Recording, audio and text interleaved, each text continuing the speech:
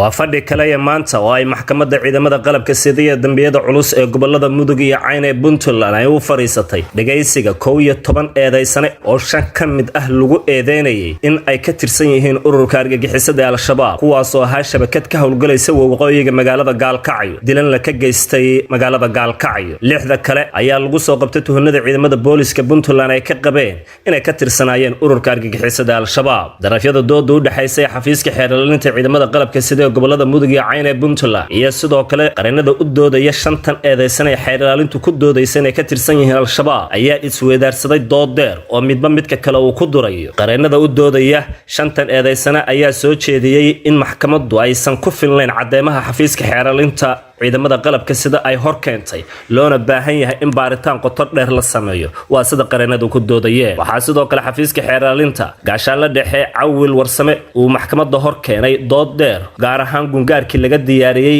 qiraaladii maxkamaddu ay ka qortay iyo sidoo kale muuqaal muujinaya dambiyada ay galeen oo iyagu afkooda ay uga sheegeen barnaamijka afmeer dhammaan cadeymahaasi ayaa garsoorka maxkamaddu si qoto dheer u falanqeeyay waana kulankii fadhigiisa labaad oo maalinnimadii shalay ahayd ayaa fadhi koowaad la iskugu yimid gaashaan la dhexe Cawil Warsame xeerlayaha maxkamadda ciidamada qalabka sida ee dambiyada culus ee gobolada Mudug iyo Cayn ee Puntland ayaa isaguna dhankiisa soo jeediyay eed dheer oo ka koobneyd ilaa 5 page taas oo ka diyaariyay eedaha loo haysto 5 ka tirsan ururka Al-Shabaab sida xafiiska xeerlalintu sheegay kuwaas oo kala ah magacyadooda afgarashadu kalaay abkow laaga cali jareer iyo nagay qanjeeye waa kan gaashaan la dhexe Cawil Warsame oo eedan soo jeedinaya bismillaah alxamdulillaah wal aaqibatu lil muttaqiin wala udwana illa ala zalimin wa sallallahu wa sallama ala sayyidina nabiyina mawlana muhammadin nabiyil ummi wa ala alihi wa sahbihi wa sallam wa ba'd ikhwatul kiram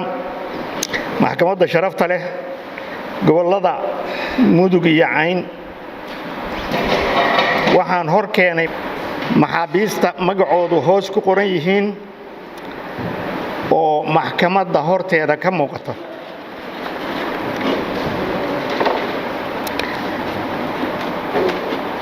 kow Maxamed Cali Kalay labo istaag Maxamed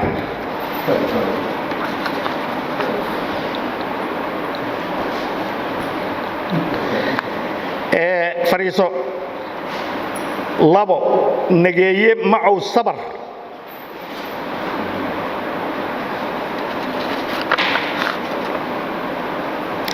saddex Maxamed Maxamuud Axmed Laga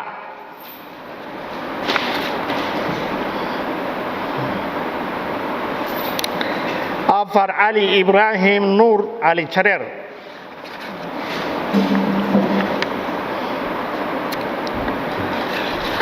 mudane Maxamed Cabdullaahi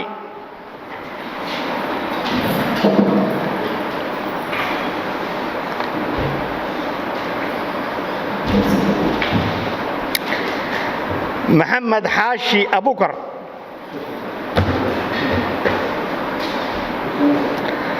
Makaahil Umar Maxamed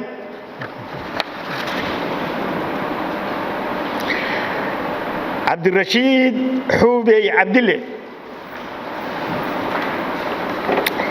Jibriil Aways Ciise Jaamac Xuubey Cabdille Umar Khaliif Cabdi 11 maxbuus oo lagu soo eedeeyay inay ka mid yihiin argagixisada ururka Al-Shabaab oo laba baarta ah eedoodii inaan akhriyo gudoomiye ifasax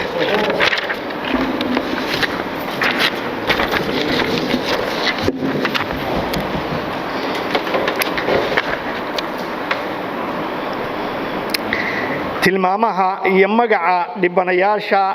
oo buuxa dawladda Puntland iyo shacabka dawladda Puntland tilmaamaha iyo magaca buuxo eedeysanayaasha kow Maxamed Cali Kalay ina faadumo maxamed cumar 40 sano jir ah ku dhashay Shalaambood degan Gaalkacyo xaafadda Garsoor shaqada Kawaanle istaag eedaysanaha labaad nageeye macow sabar nageeye qanjaay nageeye qanjaay 38 jir ah ina faadumo mukhtaar makaraan ku dhashay xamar degan Gaalkacyo xaafadda Garsoor shaqada Kawaanle saddex maxamed maxamuud axmed laga 34 jir ina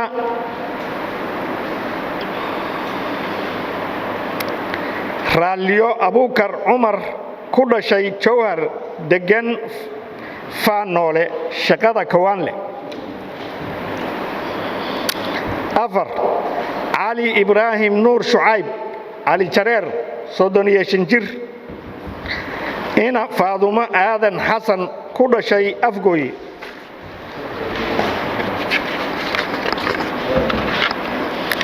degan Gaalkacyo xaafadda Garsoor shaqada Kawaanle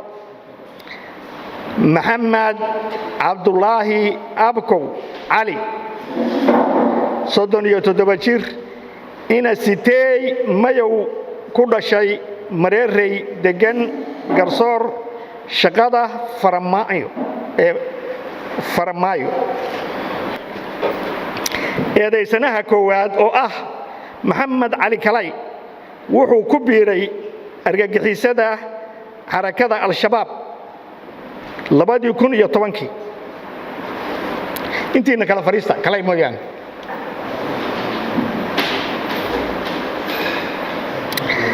tababarka wuxuu ku qaatay Shalaambood wuxuu ku soo degay markuu Gaalkacyo yimid Amiir Abayle wuxuu u qaabilsanaa Al-Shabaab abniyaadka madax jabiska wuxuuna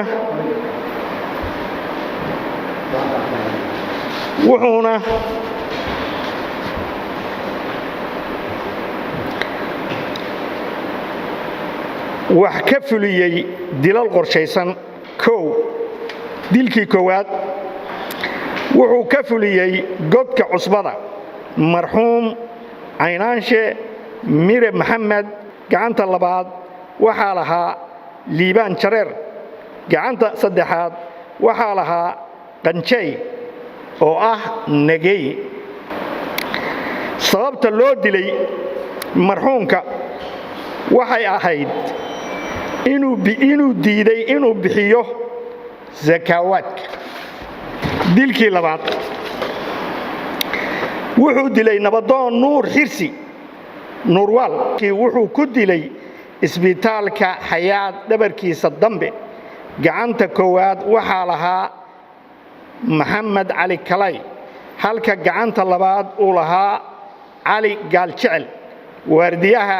iyo wadaha bataajka waxa uu ahaa Abkow jeerina wuxuu ahaa tusaha marxuumka la dilay dilkii saddexaad wuxuu kaloo dhaawacay Deed Faarax Yuusuf Birjeeb labadii bishii labaad 2020 galbeedka madaxtooyada Soona Xeradaya dilkii afraad waxay dileen isaga iyo kooxdiisu marxuum Cabdiraxmaan Nuur Guray Geesdir gudoomiyihii laanta shanaad xaafadda Garsoor dilkii shanaad wuxuu wax ka dilay marxuum Nuur Yuusuf Gubeed 11kii bishii 8aad 2016 wuxuu ku dilay isbitaalka weyn dhabarkiisa macallin raxweyn u ahaa dilkii lixaad wuxuu dilay marxuum Cali Axmed Cabdidheere ekis kaarigii magaalada Gaalkacyood gacanta koowaad waxaa lahaa Kalay labaad Cali Gaaljecel maqane iyo saddexaad jeeri waxaa lagu dilay iskuulka barkhadle barxadiisa. eedaysanaha labaad nageeye muuse macow sabar. nageeye magaciisa xarakiga nabeeye qanjaay loo yaqaano wuxuu ku biiray argagixisada al-shabaab 2009kii. tababarka wuxuu ku qaatay guriga kalaay ee xaafadda garsoor. tababarka waxay ku ahaayeen 3 nin oo kala ah: 1 liibaan busley oo maqan, 2 kalaay, 3 nageeye.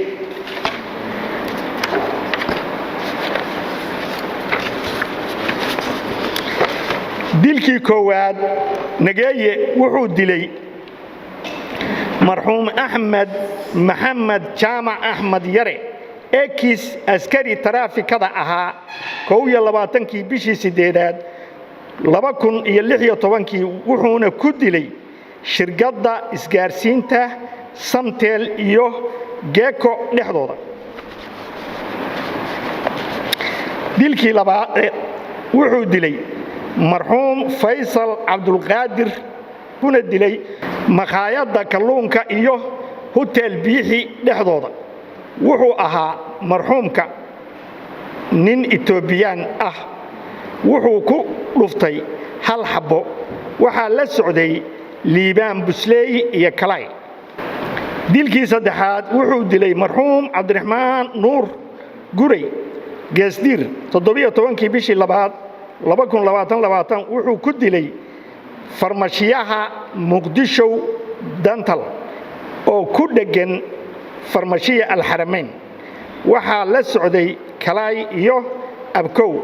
oo wade abkow ka ahaa bataajka ay ku baxsadeen.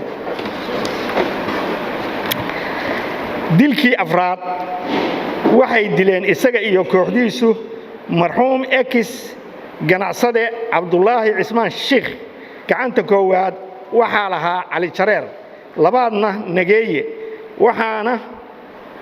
waxayna ku dileen barxadda bangiga dhexe ekis bangigii hore. eedaysanaha saddexaad maxamed axmed cumar laagaa. eedaysanuhu wuxuu ku biiray argagixisada al-shabaab 2009kii. tababarka wuxuu ku qaatay jawhar. tababar labaad wuxuu ku qaatay bannaanka garsoor gaalkacyo. wuxuuna la shaqaynayay horjooge kalaay iyo amiir jeeri.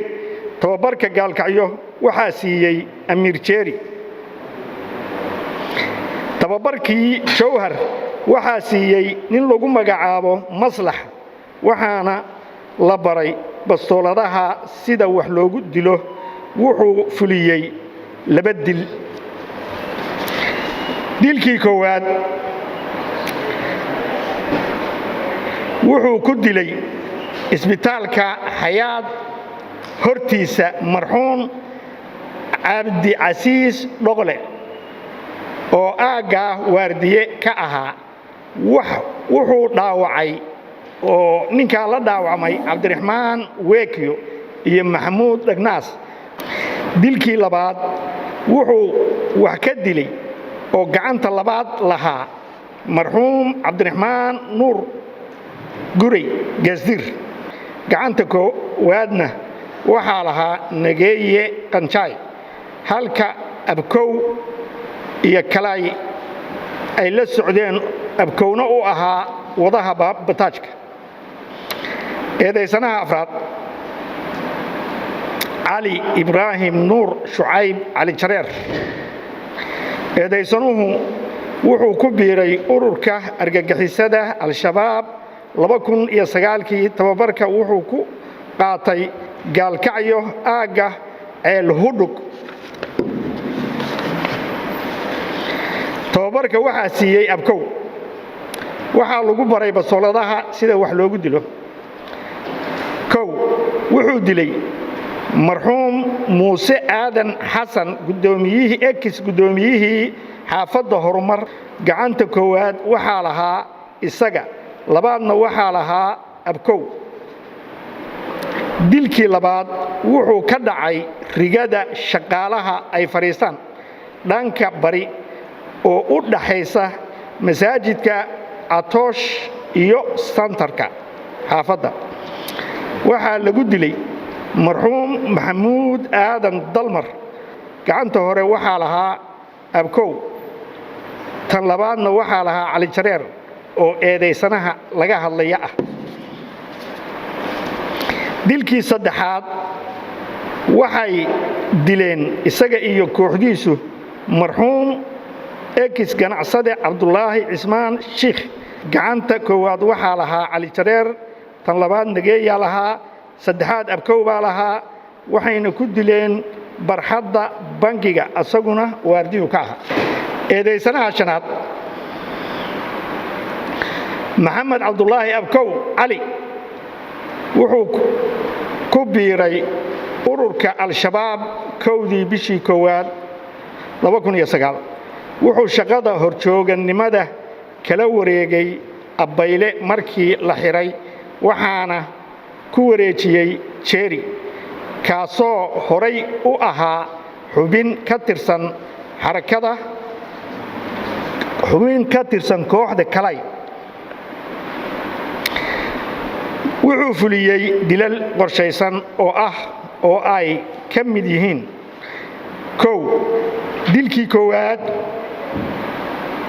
wuxuu dilay marxuum ekis xidigle maxamed faarax muuse oo ahaa madaxii shilalka taraafikada wuxuu ku dilay boolimoog iyo jiira garoob dhexdooda waxaa gacanta labaad lahaa jaamac saddexaad waxaa lahaa jeeri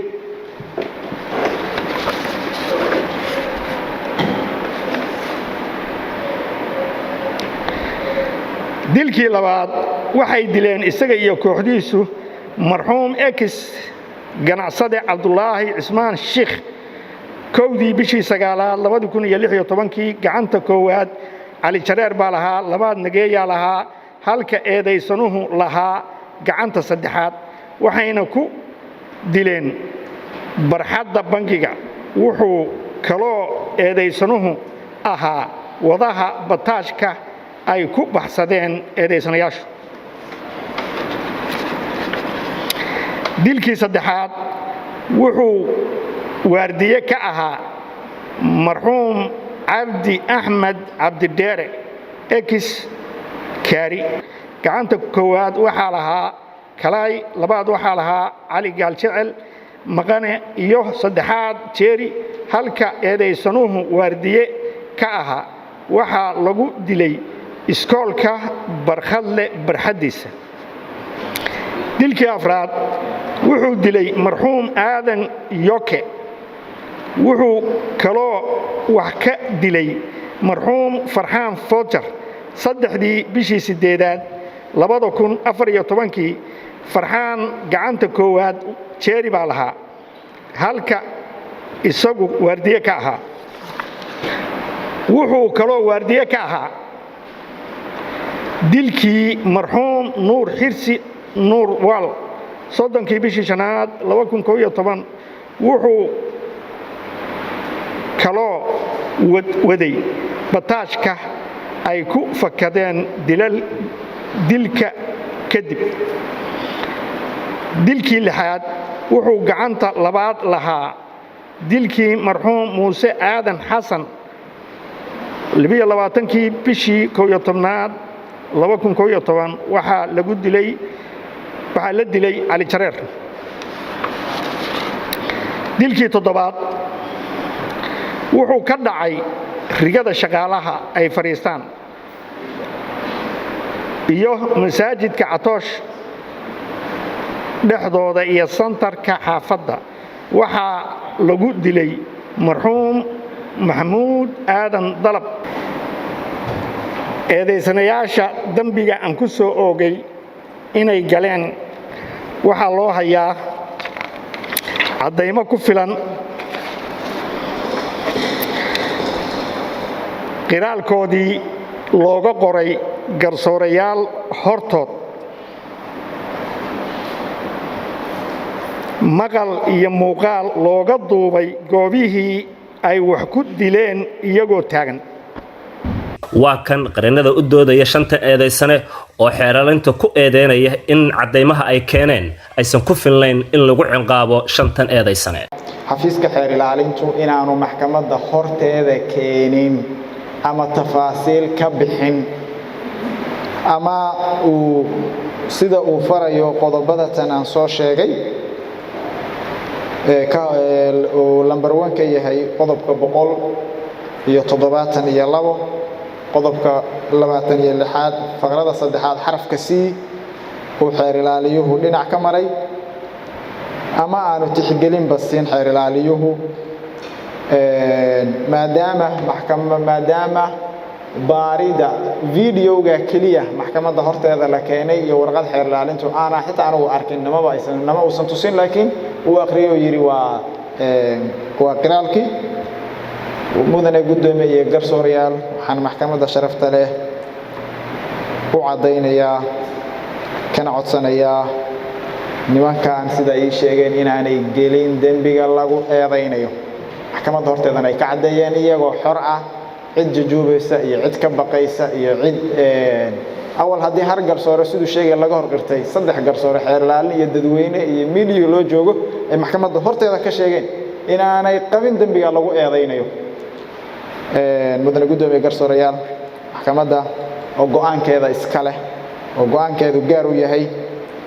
soo saari doonta xukun si waafaqsan qodobka 121 inay tixgeliso raaciso qodobka 122 dambi ka dhaafid xorriyadoodana u soo celiso shanta eedaysane maadaama cadeynta ay ku mutaysan karaan qodobkan lagu eedeynayo aysan ku filayn xafiiska xeer ilaalintu videogan aan dhan walba ka dhalino dhan walba aan ka sheegnay inuu zan miisaan sharci lahayn intaas aan rabaa inaan ku soo gabagabeeyo maxkamadda sharafta way mahadsantahay. doodaha labada dhinac markii ay soo dhamaadeen ayaa maxkamadda ciidamada qalabka sida ay ku dhawaaqday xukunka shantan eedaysane iyo 6 kale tuhmada lagu soo xiray. gaashaan la sare Cabdullaahi Cabdi Shire gudoomiyaha maxkamadda ciidamada qalabka sida ee gobolada Cayn iyo Mudug ee Puntland ayaa akhriyay xukunkan shantan eedaysane oo ahaa dil toogasho oo u dhiganta dambiyadii ay galeen. maanta ay taariikhdu tahay 12 bishii shanaad 2021 maxkamadda ciidamada qalabka sida iyo dambiyada culus waxay u fariisatay dacwad gal ciqaabeedkii loo haystay eedaysanayaasha kala ah Maxamed Cali Kalay 40 jir ina Faadumo Maxamed ku dhashay Shabeellada Hoose Nigeye Macow Sabar 38 jir ina Faadumo Mukhtaar ku dhashay Xamar Maxamuud Axmed 34 jir ina Raaliyo Abuukar ku dhashay Jawhar Cali Ibraahim Nuur 35 jir ina Faadumo Aadan ku dhashay Afgooye Maxamed Cabdullaahi Abkow 37 jir ina Sitay Mayow ku dhashay Mareeri markii ay maxkamaddu akhrisatay dhageysatay doodii xeer ilaaliyaha markii ay maxkamaddu dhageysatay akhrisatay kufishinkii qiraalka ahaa lagaga qoray garsoore maxkamadeed hortiis markii maxkamaddu ay dhageysatay hay'adda baarista CID cadaymihii ay ka soo qortay markii ay maxkamaddu aragtay dhageysatay fiidiyowgii qiraalka ay ahaayeen laga duubay iyagoo la geeyay goobihii ay wax ku dileen markii maxkamadda ay u cadaatay in dambi dhacay kuwa galayna ay yihiin eedaysanayaasha aan kor ku soo sheegnay markii maxkamadda ay u cadaatay in dambi dhacay waxa maxkamadda u cadaatay eedaysanayaashu inay yihiin kuwa dembiga galay markii maxkamaddu ay aragtay culayska dembiga la galay inta uu leegyahay waxay maxkamaddu u cuskatay qodobka lambar 10 qaybtiisa 2 farqadiisa 1 shareecada islaamka suuratul maa'ida aayadeeda 33 waxay shantaas ku xukuntay nin dil toogasho ah ciddii dood ka qabta waxa uu furan 30 cisho oo racfaana taliyaha xabsiga Garoowe wax la farayaa inuu xabsiga ku hayo xukumanayaasha inta sharciga laga horkeenayo waa bilaahi tawfiiq gaashaanle cabdi faarax cali oo ka mid ah garsoorka maxkamadda ciidamada qalabka sida gobolada Mudug iyo Cayn ee Puntland ayaa isaguna soo jeediyay cafis loo fidiyay maxkamadda ciidamadu ay u fidisay 60 tuhmanayaasha ahaa ee maxkamadda maanta la horkeenay kuwaas oo xorriyadooda ay maxkamaddu dib ugu soo celisay gobolka Mudug gaalkacyo ugu xeer ilaaliyaha ciidamada qalabka sida dambiyada culus Mudug iyo Cayn ujeedada xabsi ka siideyn tixraac xaashida sumadeedu tahay rif ha ciidamada qalabka sida iyo dambiyada culus gobolka Mudug iyo Cayn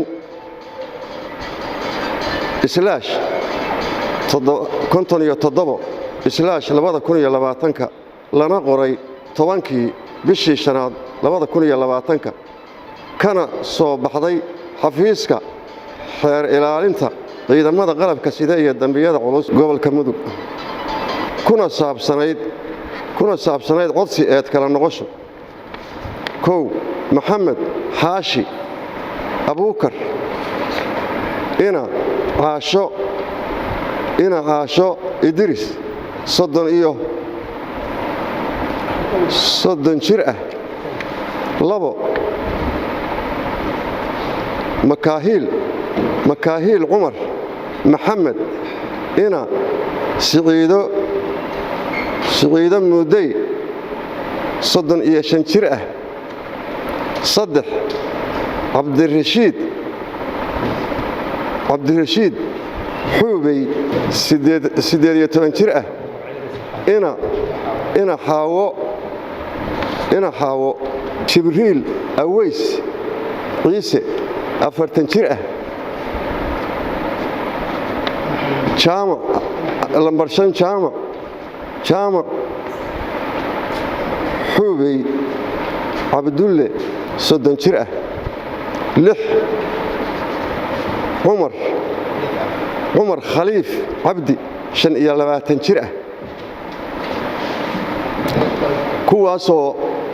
kuwaasoo ku eedaysnaa tuhun al-shabaab baaritaan dheer kadib waxaa lagu waayay dembigii lagu soo oogay xeer ilaalintu ciidamada qalabka sida ee dambiyada culus waxay kala noqotay eedii loo haystay eedaysanayaasha sare ku qoran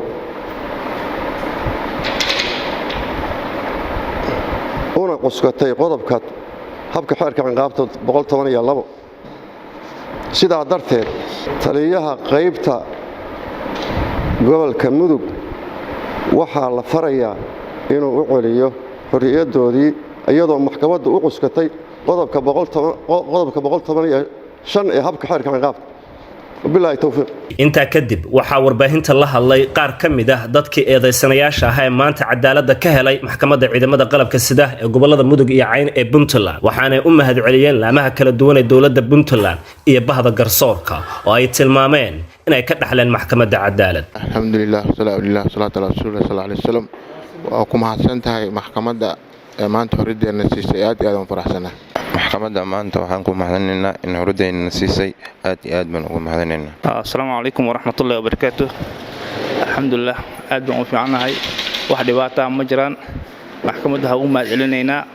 horideena maanta ana siisay ilaas ugu aaminay maxkamadda maanta horideena siin way ku mahadsantahay aad baan u faraxsanahay maanta maxkamadda horideena siisay alxamdulillah shukr khayr baan u rajaynaynaa